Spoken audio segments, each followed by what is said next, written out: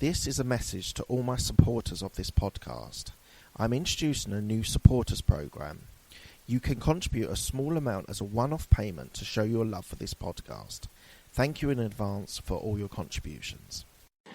This is the Absolute Business Mindset podcast, created and hosted by Mark Hayward. I am a corporate employee with an entrepreneurial mindset. This podcast will help and support you with new ideas about business. These are my thoughts, ideas and comments. Today we're talking about investments. I'm going to break down the different types of investments that I think are relevant to you, and I'd like to hear your response and your feedback. Thank you.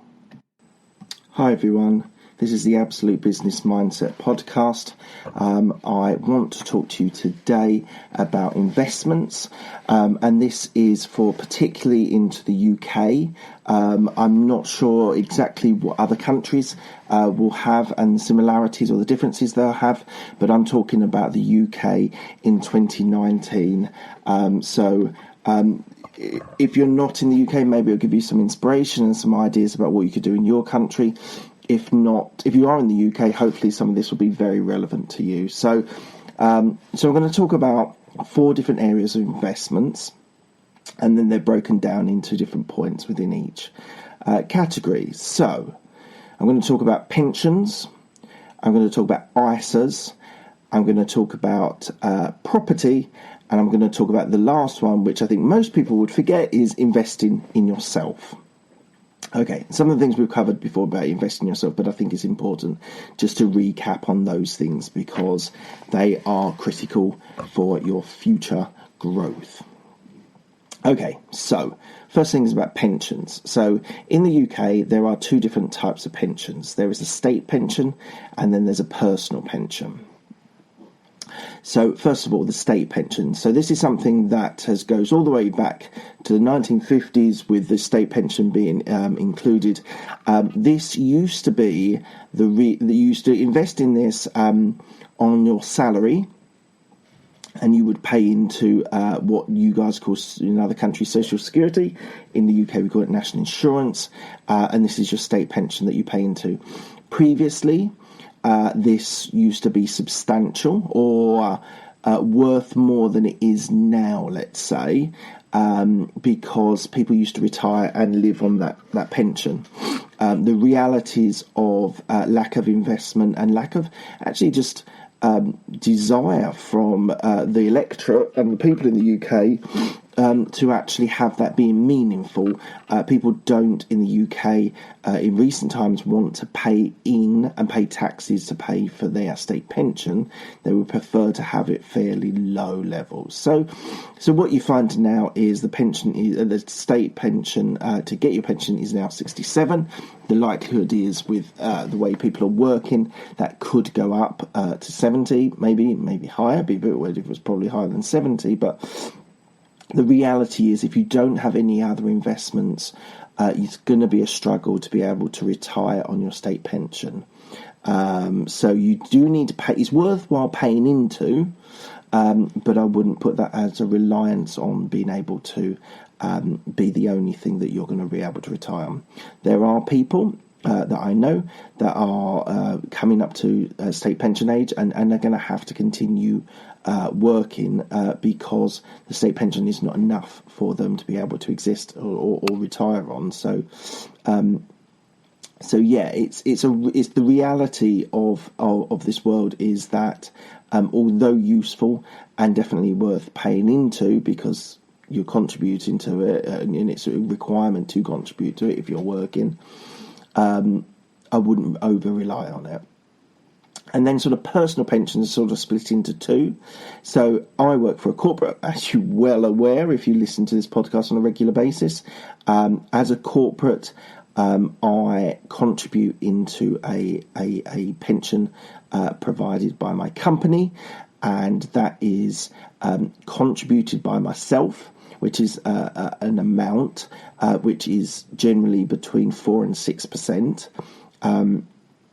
And that is matched by the employer as well. So that actually, so let's go back a generation. So baby boomers, people used to pay into a company pension, and they used to be very, very well off. So my grandfather had a state pension, had a company pension, and was very well rewarded for the type of pension that he had. It was based on number of years, and he worked in the same company for a very long time.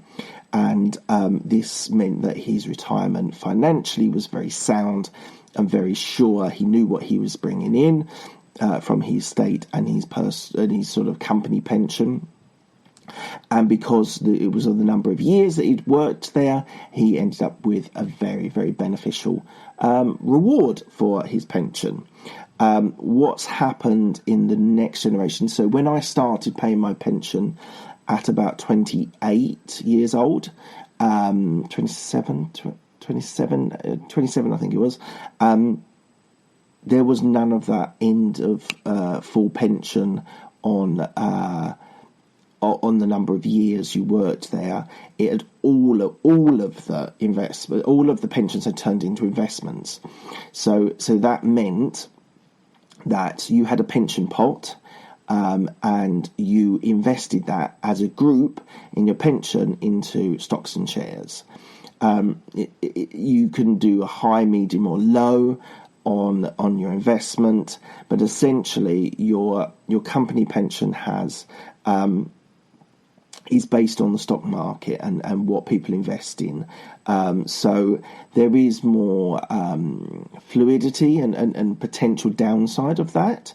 And that's why if I was given an option of an old school pension or an investment pension, I would always go for the old school pension. But that's not an option in modern times. The good thing is that I'm going to spend, if I keep on in corporate environments, spend up to about 35 years investing into that. So there is decent money that can be made out of that pension. Equally, if I did something else, the sort of other option, if you're not a corporate employee, is to have a personal pension. Now that is slightly different, and the only real difference is it's still invested in the stock exchange in the way that your corporate pension is, but you don't have a contribution from anyone else. So that's why working for a corporate and having a pension with them is really helpful, because you get basically double the investment with the company matching it. If you had a private pension only, you would only be investing in what you are putting in. So for me, this will be very useful for my long-term retirement, because I will have invested quite a lot of money, and there will be compounding in there. We're going to talk about compounding a little bit later on the ISAs. But essentially, the theory of compounder, which I'll cover now actually, is that you just put it away and just ignore it and forget about it. And it compounds, it increases every year. Year on year, you invest what you've made into it. So the rule of compound is very important for investments, for long-term investments, things like pension pots. So very important, very useful, and I would definitely say if you were ever given the opportunity, if you were working that sort of environment, I would jump at it, just basically because they're matching your investments and you're doubling your investments into it. So very, very helpful. So the second point is to do with ISAs. So this again I don't know if this is something that overseas countries have, but an ISA is basically a tax-free way of saving. So we went into we had previously, this was set up in about 2005, 6, something like that, by Gordon Brown. He created a way of being able to save money because the savings, like old school savings accounts, was what people used to use. Basically, you would be impacted by interest rates and it basically meant you weren't making a lot of money out of it. So Gordon Brown, who was a Labour Chancellor and then followed on to be Prime Minister as well in the noughties, he set up this ISAs. So there's two types of ISAs. There is a savings ISA, which is like an old school savings account, but it's tax free. I know people that put that money into that and they see the advantage of tax free. The advantage of having the second type, which is your stocks and shares ISA, is that you're actually getting investment into the stocks and shares, so you can get dividends, you can get recoup extra money from the stock exchange performing well.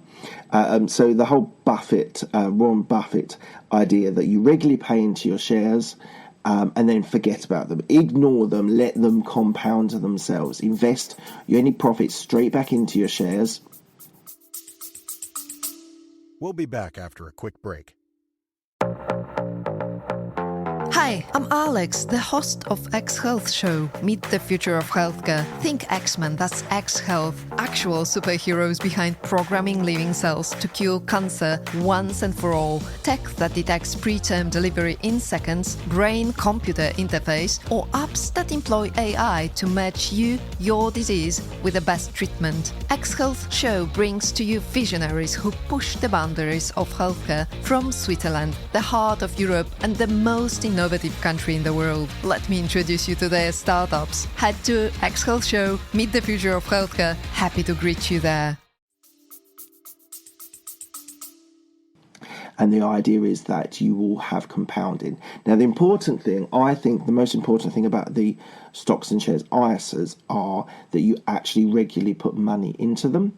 So there's two ways you can do that, by fixed sums, or you can do that equally by regular payments. It depends on what type of work you do and how your income comes into your account. Whether you are doing deals and regular payments are difficult, and actually it would be more useful to every 6 months a deal goes through, or whatever period you do a deal and you then put some money in there. So for me, for a number of years, I would put my bonus straight into my ISA as a lump sum. I've also at times had regular payments into my ISAs as well. As I am an employee with income coming in, I would say it's probably easier to do the regular payments, but it is important to regularly put money in there because the theory of compounding only really helps when you actually constantly put money into it. So I would say it's important to do that. I would always recommend that you do it in the stocks and shares ISA, but equally there are a lot of people who are a bit conservative or a bit worried about putting their money into stocks and shares, don't trust them, and don't trust that if invested rightly, you will make money out of stocks and shares. I know a number of people who have made a lot of money on long-term investments.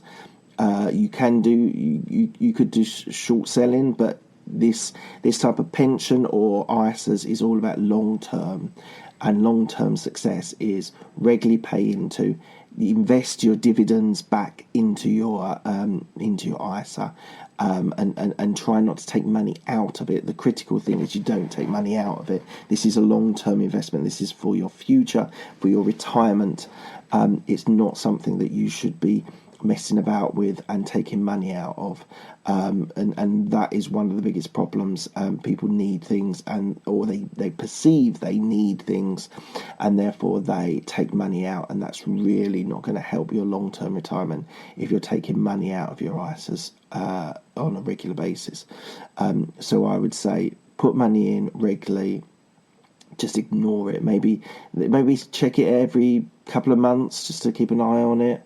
2 or 3 months. I think I check it quarterly, 3 months, just to see what it's doing.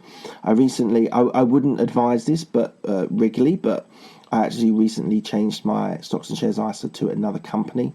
I wasn't happy over a 2 or 3 year period that they'd actually been successful. That was my perception. Looking at the numbers, I've actually tracked them as well, and I've now got a spreadsheet that's going to track them more accurately than what I was doing before. I think it's important that you do track it. And as I say, I changed mine. It was a slightly different type of investment. So there are so many. There's so many types. There's high risk, low risk, medium risk. There's contrarian investors. There's people that just invest in the UK, in global. So I would say I've actually got two ISAs. One is a global fund and one is a UK fund. So that's diversifying and making sure that I'm not putting all my eggs into one basket. In the UK, Brexit is happening, or there's lots of things happening at the moment about Brexit, and so there's a lot of uncertainty in the UK. Long term, I think it will be okay. I think we will work our way through Brexit and get to a point. It might take 10 years to get the right level of investment and the right level of trade deals, etc. But I won't go too far into that. But essentially, I would say diversified, be able to cover UK and maybe global. Or if you've got a particular country or region that you particularly want to invest in, there are so many different options that you could have. You could have emerging markets. You could, if you'd like Singapore, or somewhere a little bit more volatile, like maybe Thailand. There are so many different options for you. So make your choice wisely. Maybe when you're younger, you might want to take things slightly high risk. When you're in your 50s, maybe less so. Maybe then you'll probably be putting more money in. Hopefully the kids are grown up and you get into your 50s or whatever, and you can put more money into your investments and into your retirement fund. So that's what I would say about ISAs. The third one I want to talk to you about is property. So there's sort of mixed views on property in the UK. I think there is money to be made out of property. I think the basics that you need to think about, if you've got a deposit or got enough of a deposit outside of your actual investment that you live in. So if you're fortunate enough to not be renting and own your own house, then you would have put a deposit down and be paying a mortgage on that. I'm talking more about property investments. So whether let's just exclude your living residence, the place you're living at the moment, and think about property as an investment. So if you are able to get a deposit to be able to invest in another property, or you inherit it perhaps, excuse me, you should really be thinking about doing a very, very simple. Now, there's so many layers or these sort of types of properties that you buy. You might want to buy a particular type, a flat, an apartment, a studio flat, a house, whatever it is you might want to.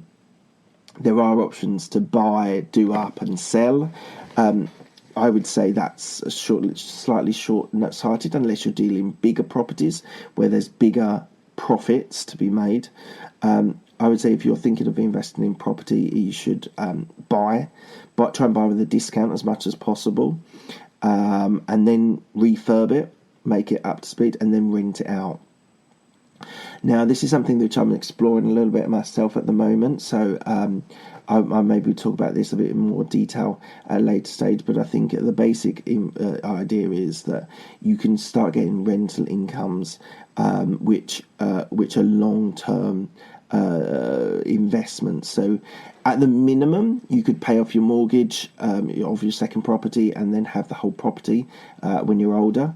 There are some other ways of being able to extract by remortgaging and taking money out that way.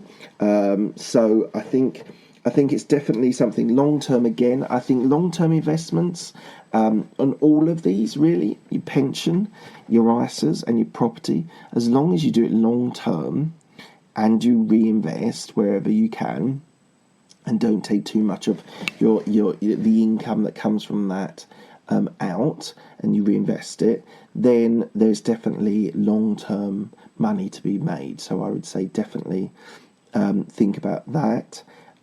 So property is a definitely, the biggest problem is is getting that deposit. And if you've got that in the UK, it's about 20%. It used to be 100% mortgages not that long ago, probably about 10 years ago, before the 08-09 depression.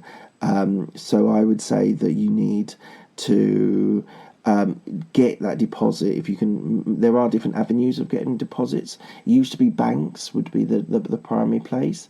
Now there are now JVs you could have with partners. There is, if you went to property meetups and started speaking to people, there's definitely options. There are people out in this world that have money and don't know what to invest it in, so you could talk them into investing in you in property, and you have the responsibility if you've got the time to do it, and they just invest in their money. So there's definitely scope of being able to invest in property, but it's slightly changed now. Like the whole ethos of getting, or sometimes not even getting a deposit, and buying a place, doing it up, and then renting it out. With that deposit issue is a lot more tricky. So I would say be careful of that. Make sure you get the deposit. Make sure you, whether that's from a JV partner, whether there's various types of loans you can get, even seed funding and things like that you can get in property, I would imagine. So I think if that, do your research. Do more research, because that's not an easy sell, but I would say it's definitely an option that you should consider. And so the fourth thing is investing in yourself. So I would say there are various different ways, and this shouldn't be underrated. Investing in yourself is something that you grow long term, a better businessman, person, father. Depends on what you want to invest in yourself for, whether it is you want to be a better businessman in property or in stocks and shares or whatever it is. Then there's different options that you can do. There's books. You can sit down and read a book. There are audiobooks. Audiobooks are really good. They're probably a little bit underrated, but I would say I really enjoy listening to audiobooks. There's podcasts. So it's along the same sort of line, but you might get a podcast from a Tim Ferriss, a Tony Robbins, a Gary Vee. They're the sort of US people, and they invest. It's all about investing in themselves. So check out audiobooks. Audible is very, very good for me. I like it a lot. Gives you you pay an amount every month, $7.99 I think it is, UK pounds, and you get one book, any cost of that book, part of your deal. So really, really good. I really like that. A podcast. So you can go into the podcast world. There's mentors. So going out and finding a mentor in the particular area, whether that's a career, whether it's a business, whether it's a property, whatever it is, go out there and find a mentor. There's various ways of being able to do that. Sometimes word of mouth, sometimes meetups. So there's definitely ways of being able to get that mentor. YouTube. I think there's lots of, like, even this might inspire you to do something. So this podcast and this YouTube video, you might be inspired to invest in yourself. There are courses that is sometimes funded by your company, sometimes that's funded by you. There are lots of ways you can do courses in property, in self-development, in being the best you. And then there's learning on the job. So all these things, learning on the job is probably something that people don't necessarily think of initially, but it's really a good skill to try and learn from your experience and learn something new, bring skills and experience forward to other jobs, to other careers, other positions, whatever it is. So really, really, really important that you do that, and you put that investment in. So that's the end of the podcast. Thank you very much, everyone. I'm just going to say a couple of things. So check me out on Twitter, Instagram, very active on both of those at the moment. YouTube channel, There's all these podcasts that I'm now recording live. There is also some of my earlier stuff, which are just quick snippets of ideas, thoughts, ideas and comments that I have. So do check them out. So there are the places where you can find me.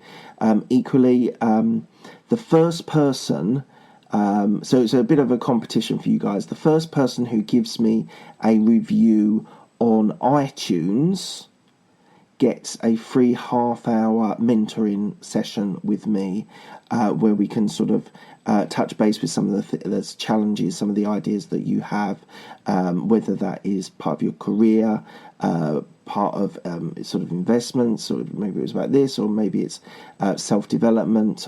So the first person from tonight, when this gets released, that puts a review on iTunes will receive a 30-minute investment in your time and investing in you. So look out for that. I'll be keeping an eye out for that, and then we can arrange that. We can then direct message some way, and we can arrange that. So that is for everyone. Just a couple of bits of feedback about last week's podcast. That was to do with no regrets and being what you're going to be remembered for. A comment that came through was that they really felt that the no regrets bit was massive, and that made a big impact on this particular person. I'm so pleased that you're finding that helpful. That whole idea of just living life for today, then just making sure you act. Do it, get out there, meet people, deliver to people, services, products, whatever it is, get out there and do that. So thank you so much for those comments on having no regrets. I do think that's a massive, massive thing for people. And what I'd hate for you to do is be listening to this and use this as just as entertainment. This should be inspiring you to be able to get out there and do more and be a better you. So I would definitely say, really think about this week. Obviously think about the investments, and any comments, thoughts, ideas you've got about that, I would welcome it. But just think about that whole no regrets piece. Opportunities are there, they will always be there, and so just grab them and always start moving forward. All right, guys, that's the end of the podcast. Thank you very much for listening, and I will speak to you soon. News, laws, and regulations are changing by the day. We get it. It's hard to stay on top of it all. That's why ADP is here to guide you with up-to-the-minute compliance expertise to help you navigate these complex times, so you can pay your people accurately and on time, regardless of changes in legislation. When you rely on us for payroll and HR, you're trusting us to help you take care of your people. It's what we've been doing for over 70 years, and that's not about to change. ADP, HR talent, time, benefits, and payroll, informed by data and designed for people.